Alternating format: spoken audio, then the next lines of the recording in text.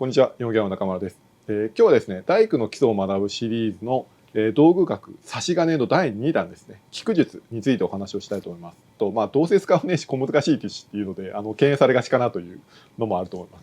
で、今回ですね、できるだけ噛み砕いてですね、内容の方をお伝えしたいなというふうに思っています。菊術というとですね、インターネットで調べると2つの意味がありまして、で1つは、この差し金を使って積み付けとか、敷地継ぎ手を作ったり、とかっていうもの全体的なことですね。全部を菊術とも言うし、あとはこれですよね。差し金を使ったあらゆる角度を出す方法っていう。多分本職の方とか、正しい、一般的にはですね、こっちの2番目の方ですね。そのいろいろな角度を出すという、ところで使われます。特に90度と45度以外ですね。その43.5度とか謎じゃないですか。でも実際に作っていくとそういう角度が出てくる時あるんですね。でそういうのをですね、こういう差し金で出すことができるという技になっています。菊術って大工の口伝で伝わる秘技みたいな言い方もされますけども、すごい簡単に言うとですね、レシピ本です。差し金ですよね。もうこれを使った簡単クッキングなんですよ。こういうもの作れますよっていうまずメニューがあって、でこれはこうやったら作れますよっていうレシピが載ってる。そういう意味だと多分レシピ本が近いかなというふうに思います。そもそも術って多分ケーススタディ集だと思うんですよ。すごい、なんかちょうど怒られそうですけど、例えば忍術とかも火を吐く方法とか敵から身を隠す方法っていうのがあって、でそれのだから実用的な技の集合体を、菊術、何々術っていうイメージだと思うんですね。その中でも、何かの作り方が出てるという意味だと、これはレシピ本に近いっていうふうに、思っています。あとですね、この特徴はですね、すごい簡単なものからめちゃくちゃ難しいものが出てるんですよ。だから料理で例えると、その目玉焼きからフカヒレスープまでがですね、この菊術という枠に入っていると。私料理できますって言って、お前フカヒレスープ作れないのに料理できないのかみたいな、そんな話にならないじゃないですか。だからそんなに難しいく考えなくていいのかなと。だからそのすげえ難しいフカヒレスープもあるけれども、簡単なものもあるので、簡単なものからですね、やってみるというか、使ってなんぼだと思いますので、使えるものは使っていくっていうのが一番いいのかなと。では実際にですね、この菊術って、じゃあそれどうやって使うのか。これもレシピ本と同じです。まず大事なのは何が出てるかですね。本買ったけど、とりあえずそれで何が作れるのをまず把握しておく必要じゃないですか。で、まず何が作れるのかを把握しておいて、それが必要な場面になったらそのページを開く。それが一番正しい使い方だと思います。だから別に無理して暗記する必要もないですし、なんか僕もなんかいろいろ本ありますけど、初めてこの菊術を学ぼうと思った時はもう全部暗記しようみたいな感じですげえ気合い入れてなんかやった覚えがあるんですけど、全然そんな必要ないですよね。だって書いてんだからっていう。だから必要になったらそのページを開けばいい。ただその前にはそこに何が書いてるのかを理解しないといけないというのがまず一番大事かなと思ってます。でただ難しいのはこのレシピ本ちょっと厄介なんですよ。でそれがですね、菊術が難しいと言われるポイントでして、何が難しいかっていうと、内容っていうよりも言葉が難しいんですよ。なんかもうちょっと分かりやすい日本語で書いてくれませんかねっていう思うぐらい、その日本語が難しいです。あとはもう聞いたことない独特な言葉が出てくるんですね。それが考古言なんですけど、例えば超言とか単言とか、もう今まで聞いたことない言葉が普通に出てくるっていう、なんかすごい難しいみたいな感じで思ってしまうと。でこれ料理で例えるとどういうことかっていうと、その80年前の日本語でしかも単位が意味不明っていう感じなんですよ。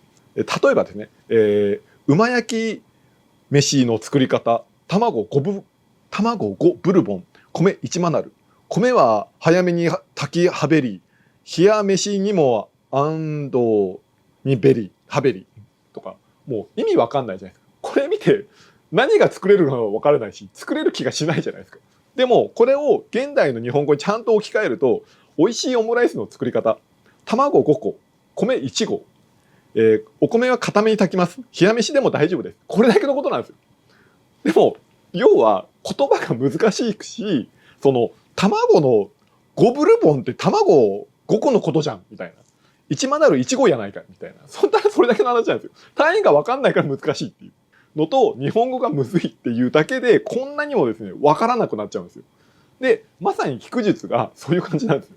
その内容よりも言葉がむずいというのがですね、結構大きいのかなというふうに思っています。ということでこの動画で説明するのは、まず菊術の歴史。この歴史いらないんじゃないかと思うんですけど、面白いんですよ。菊術の歴史ちょっと面白いのでぜひ聞いてもらいたいっていうのと、菊術で何が作れるのか、その料理で言った時のラインナップですね、メニュー。親子丼とか、カツ丼とか、なんかそういうようなラインナップを紹介します。代表的なものですね。で、あと専門用語である考古言。で、ここについてもですね、できるだけ噛み砕いて説明したいと思っております。で、菊術の歴史。ちょっとこれ読みますね。菊術は聖徳太子が仏教の伝来とともに大陸から伝えたものだと言われています。で、つまり飛鳥時代ですね。で、それが日本で独自に進化して最盛期が鎌倉時代。で、その頃は扇たるきや澄木などの技法が完成されたと言われています。しかし室町以降衰退していき、さらに桃山時代には豪華絢爛な建物を美徳した建築物が求められ、シンプルで美しい高層美を美徳とする菊術は著しく停滞していた。江戸時代になり、市の交渉の職業制度が導入されたこともあり、建築技法のですね、本が出版されるようになりましたと。で、秘伝であったものもどんどん公開されていっていったそうです。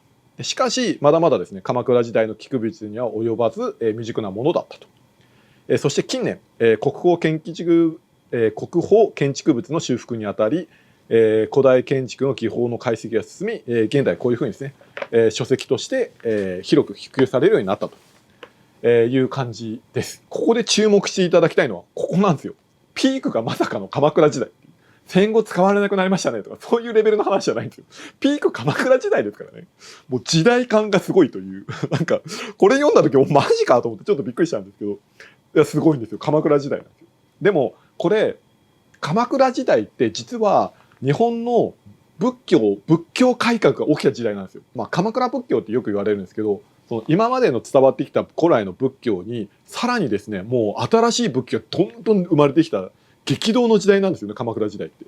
で、例えば浄土宗、浄土真宗、あとは日蓮宗、あと禅宗である臨済宗と、曹洞宗。これだけのですね、今なお続く宗派が、で、それぞれ全然考え方違うんですよ。それがいきなりドドドドーッと出てきたという激動の時代なんですよ。当時の最新の建築物って間違いなく寺社仏閣ですから、その寺社仏閣においても革命が起きてたと。どんどん新しいものだったり、どんどん複雑なものというか、シンプルで美しいものであったりとか、そういう改革が起きたっていう。ここの、なぜ鎌倉時代がピークなのかっていうのを、そのどんどん室町以降衰退していったというところ以前に、鎌倉時代が熱すぎたっていうか、鎌倉時代がやっぱその熱量がすごかったと思うんですよね。この時代のうねりみたいのをですね、この鎌倉時代が最盛期っていうところが、ちょっと個人的に熱いなと、すげえなっていうふうに思うポイントでして。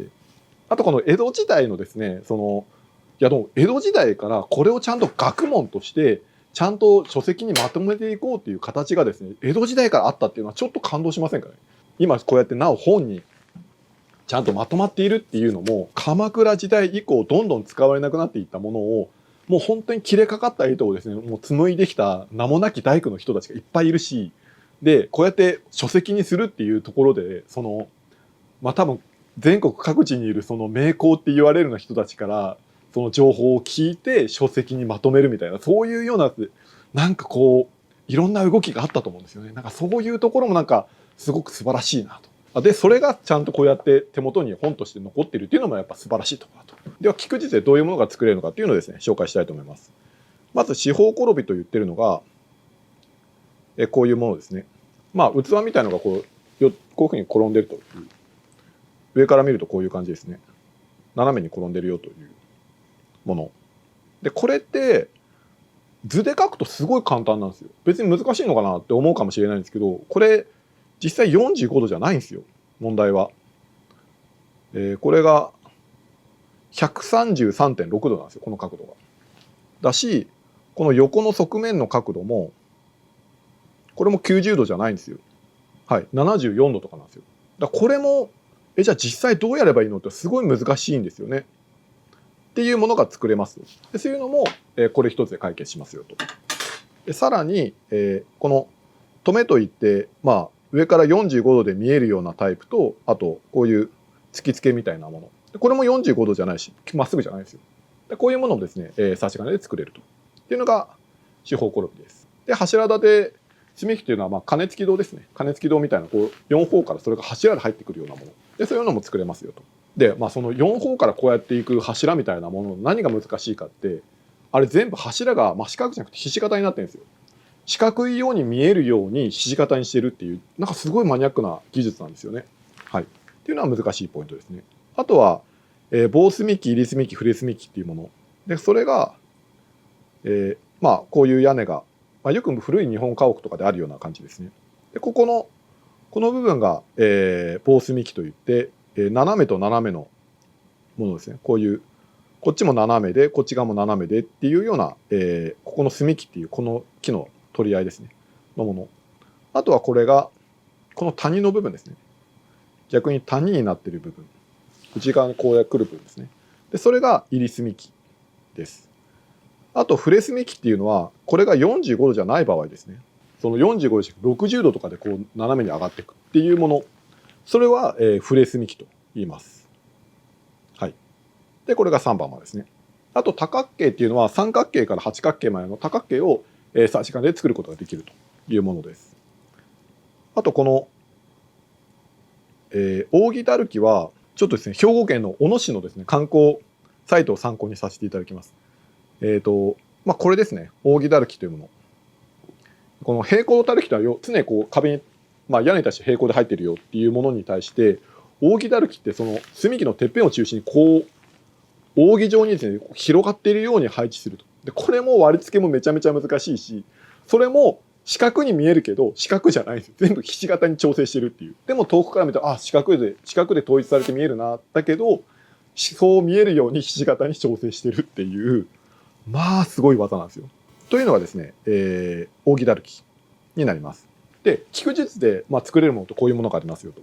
まあ、実際に使うとしたら、まあ、この隅木間ですね。その触れ隅木までは多分作らないと思う。なかなかないと思いますので、まあ、4番までっていうのは、まあ、現場でもあり得るというか、現場でもあるかなというようなものです。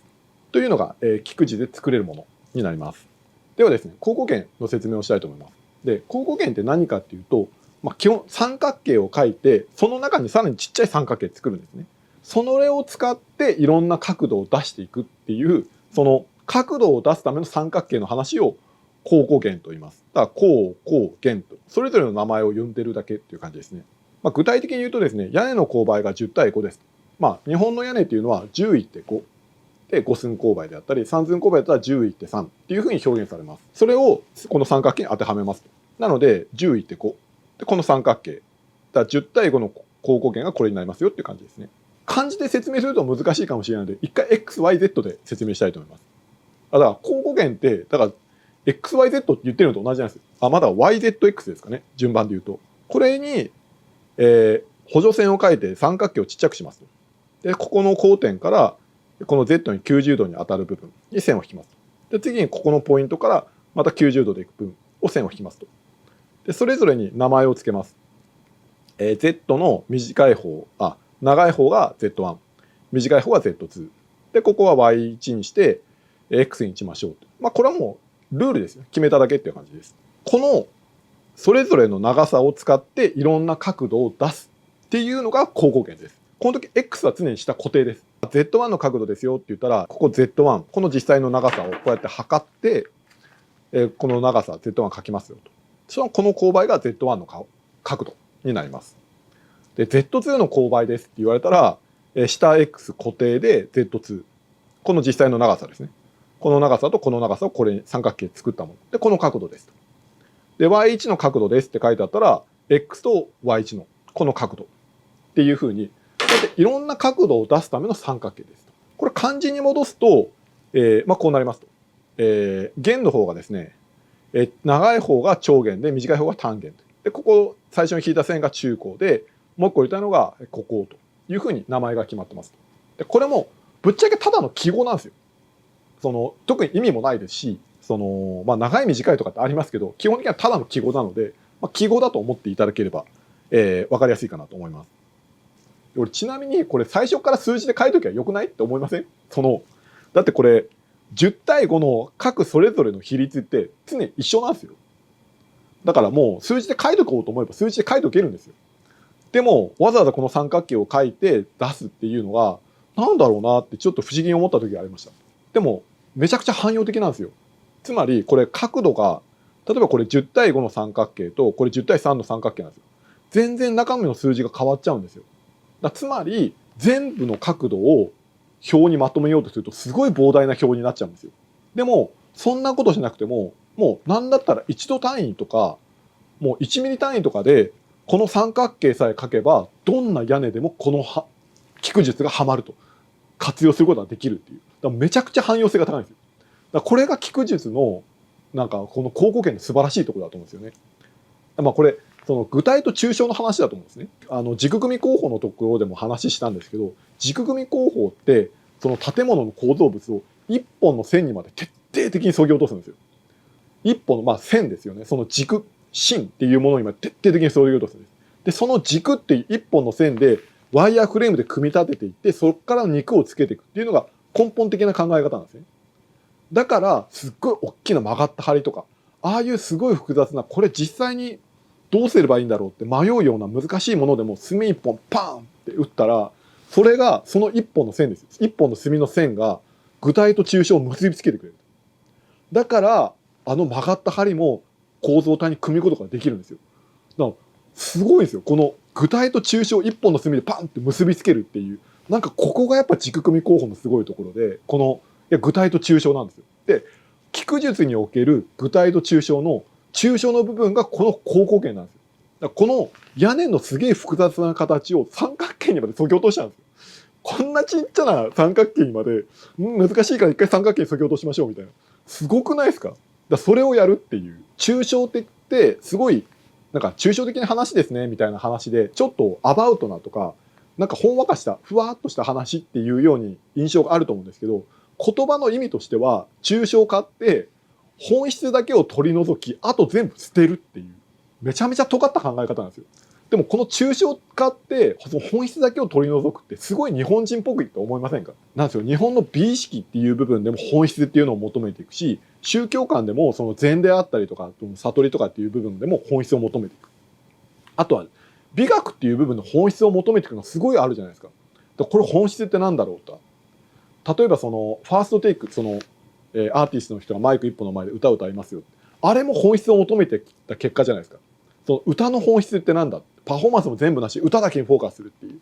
ああいうコンテンツがやっぱ日本の中でも生まれるし、日本の中でまた人気があるっていうのもやっぱり本質を求めていくっていう。本質って何ですかっていうものを求めていくっていうやっぱ文化なんですよね。だからそういうものがこの菊術にもあるっていうのはやっぱ素晴らしいなと思いますし、まあ、だからそういう日本文化だからこそこういう菊術っていう形にまとまってきたのかなとも思うんですよ。でも逆に言ったら昔からあるわけですから、この具体と抽象っていう2つのロジックをですね使って2つの考え方をうまく組み合わせて考えていくっていうこのロジックは日本文化に与えてきた影響っていうのは、まあ、あるんじゃないかなと思うんですよ。だからそう考えるとなんかすごい誉れ高いと言いますか、ちょっと嬉しいですよね。その日本文化にもしかしたら影響を与えてきたかもしれないと。すごいこの菊術だったり軸組工法っていうのはまあ素晴らしい考え方なんだなと。あれなんか大丈夫ですかねこれ。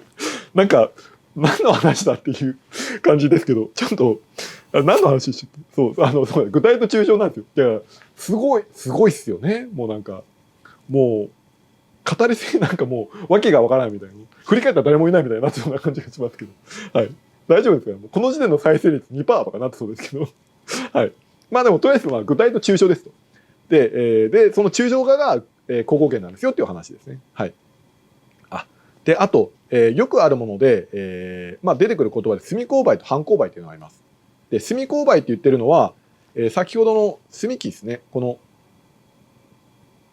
の木の墨木の勾配ですと。でこれこうやって見たら違うじゃないですか。これとこの角度が違うと明らかに違いますよね。じゃあこの勾配どうやって出せばいいのかっていう方法ですね。でそれが、墨勾配なんですけど、これもすっごい簡単なんですよ。裏目の100取るだけなんですよ。これ例えば横から見ると分かる通り高さは一緒なんですよ。上から見るとこうなってるんですね。で二等辺三角形ができるんです。だからここが1対1対ルート2なんです。ここですよね。ここで10いって3立ち上がるっていう形だったので、要はここが、ルート2なんです。だからここの長さかけるルート2なんです。でつまり裏目なんですよ。でやっぱ差し金すごいんですよ。墨木のこの勾配なんかちょっとこれどうやって出せばいいんだろうって難しく考えるじゃないですか。もうこれただ差し金で1個ですよ。これ差し金で普通は、まあ、例えば10いって5上がった三角形をこっち側で10取って5いった三角形書けばその隅勾配が取れるっていう。いやすごくないですか。いややっぱさすが差し金素晴らしいという。あと半勾配っていうのは単純に半分の勾配です。だからこの10対5だったら2分の1なんで 2.5 っていう勾配ですというものです。これも多分途中で出てくるので、これいいだけこの10対何っていう話したじゃないですか。10いって頂点のこの角度ですよっていうお話したんですけど、これびっくりすることにこれ実際には使わないんですよ。いやこういう本とかにいろいろ書いてるんですよ。こういうふうに書いてあるんですけど実際は使わないんですよ。これ要はその頂点の意味ですよね。その定義の話をしているのであって実際使わない。じゃあどう使うんだっていうと実際こうやるんですよ。その差し金をこういうふうに材料にこういうふうに斜めに当ててで、これ1本線があったとしたらそれに対して10いって頂点が22だったらこう10の22でこの勾配とこの勾配というようなやり方をします。でこれさらに10だとちっちゃいんですよね。でこれ大きい方とか精度とか高いんですよ。なので、できるだけ大きく20で取ったり30で取ったり40で取ったりします。で例えばで200で取ると、これ200を差し金ここに当てるのと、単元が、これ本当は22なんですけど200にしてるので、倍だから44にしますよと。でこれでやるといいことが材料に直接かけると。このやり方だと材料に直接この線をかけないんですよ。あと2つ勾配が取れるんですよ。この短いこっち側が開始勾配でこっち側が実際の頂点や単元っていうこっち側の勾配になります。単元の勾配と単元の開始。普通の平勾配と開始勾配の両方取れるっていうのがすごく便利。なので実際はこっちでやります。いやなんかこういう本読んでてもさっきまでこっちの説明でしてたのに急にこうやって書いてるんですよ。いやなんか墨付けしますわこうやってやってたりとかしててあれこれの参加これ何みたいになるんですけど、そういうもんなんです。ではですね実際にやってみようということで、実践編ですね。寄せ胸の破風の方をですね実際にこれですね。ここの上の部分が頂点の開始で、ここが中根の開始です。で実際にこれを切って、どういうふうになるのかっていうのをですね簡単にやってみようと。その角度の取り出し方とかそういうのをですね一回やってみようかなというふうに思っております。でそれは後編でやりたいと思います。